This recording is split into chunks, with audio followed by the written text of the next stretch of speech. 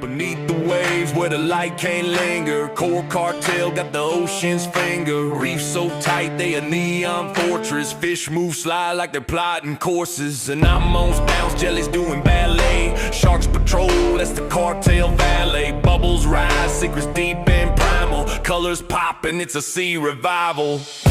Coral cartel, the ocean's heart. Running this reef, we play it smart. Scores in shell, we're off the chart. Down in the deep, where the wild things start.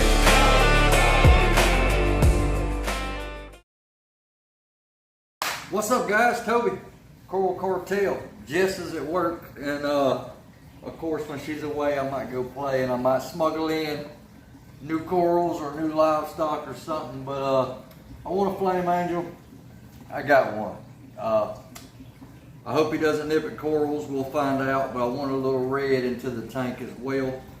So that's what I went with, and we're gonna go over this episode, new additions to the tank as far as coral, fish, equipment. We went through the ugly stage, or the beginning of the ugly stage, the diatoms and all that. I added a refugium, copepods. I think that really helped. It nipped it pretty much right away. But we're hoping we don't hit the second stage of it. But we added some more cleanup crew as well, more snails, hermits, stuff like that. So come along, let's show you what we've done and see how things are going. Let's do this. Alright guys, so we're in the process of acclimating Reba, our flame angel. We've already temperature acclimated. Now we're just finished up the drip process, just trying to make sure water parameters are pretty much sort of close. So getting ready to cut him loose. Alright, a lot better now. We have, show you the newest additions. There's our copper band. Had to put a filter on. I'm not changing the lights. I don't want to freak out. Our purple tang Aussie. Some clowns are still here. Willie and Waylon and the boys. Still got two over in the other tank. A couple pajamas. Our firework polyps are growing nicely. Added a Ghani. I had it up higher. It was not happy, so I moved it. It has started opening up now. Our Montes are just still there. We're waiting for them to start. Fabias, chalices, these are all just frags, so we are starting to grow. And once I moved, excuse me, the Zoas over here, they have really taken off. And of course I added cleanup crew, because as you can see, we had the ugly stage start, and I did a few things to rectify that, and it actually helped a lot. Acan, or whatever you want to call them now, micromusas, whatever, but I call them acans. Mushrooms, branching GSP. So we're waiting on everything to get started. That's going to look good once it encrusts over Jessica's little mushroom, and once them Ghanis start growing out. I love flow. That's why I love these firework polyps, and of course the flow is pushing them the other way right now. And of course the Ghanis, I love colors too. So Galaxia, hopefully it'll get started as well. But we're enjoying it, everything's growing good.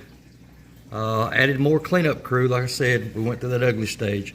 The next thing that I did, I ran this tank for a while without nutrients. So what I have done now, without much filtration, because I wanted bacteria to build up. As you can see, I'm skimming like crazy now because I'm feeding a lot heavier. That has helped out. I've also added a makeshift Bobo refugium. Now, whether it's right or not, I don't know. It's not tumbling. I do have the flow from both my reactors and my overflow coming into filter cups, which is causing enough flow in here along with some more media. I also added copepods. I'm also going to add some more here in a little while. These were the smaller copepods that I added. And today I'm adding the ticker pods, I believe, which is a little bit bigger. I didn't want to have a separate place for a refugium. I need to clean my sump, I know, but so basically overflow, boom, straight in. That's the hose for my reactor. I've been working, I'm trying to figure out where I want everything. I'm gonna move my temperature gauges back because I'll never mess with those, and mount my wave makers up higher. So from there, of course, it drains in. I stuffed a little wedge of the filter stuff into the hole in the overflow, just to try and help keep the Cato, whatever you want to call it, over there. So that goes into my sump, then over to the protein skimmer. It's old school Reef octopus. Love it. I gotta get these wires out of the way. I know this is for my thermometers and everything else. Comes down, drains down, boom, into here. Of course, helps take your bubbles out.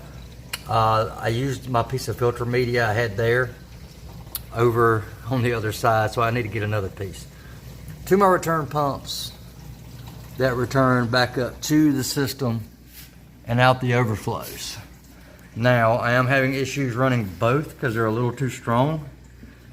So I'm only running one of them right now, and I had to have a wave maker because going through the ugly stage, I didn't have a lot of flow here, and as you can see, that's where most of the detritus and all that crap and all the ugly stuff settled. But I did a couple water changes, vacuumed out the gravel, got it off of there.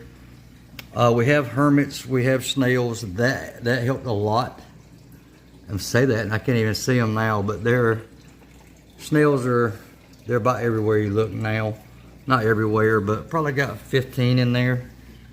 There are hermit crabs somewhere in here. You just have to find them. But snails everywhere, which is what we want. We want them eating any kind of algae. So now that we're done with the first stage of it, I'm hoping we're done. Oh, he came out for a minute. There he is. There's the flame angel. Maybe he'll get a little more excited, or not as scared in a little bit, and come out a little more so we can get a better view of him. So the ugly stage, I have found out pretty much for using the white dry rock, it's hard to avoid because of silicates and stuff like that, and of course your gravel has some in it as well. But it wasn't that bad. Again, gravelled out, used the siphon in the coral, the sand, whatever you want to call it, but it's crushed coral, and that helped a lot. So knocking that out, nipped some in the bud. I really believe adding the cocoa pods down here in my sump and in the tank. I just purchased a little cheap, I ain't gonna say cheap, it was like 50 bucks, but underwater light that I turn on at night. You can program it or whatever, and I run it on the Chato and everything. The Chato's not tumbling, but it's not dying, so it's still working and everything else. So if you have any more advice on the ugly stage, let me know.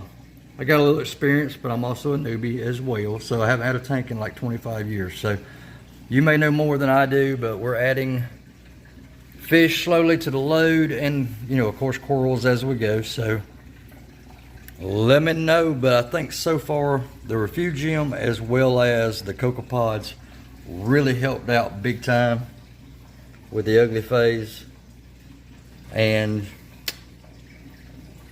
that's all I know to do.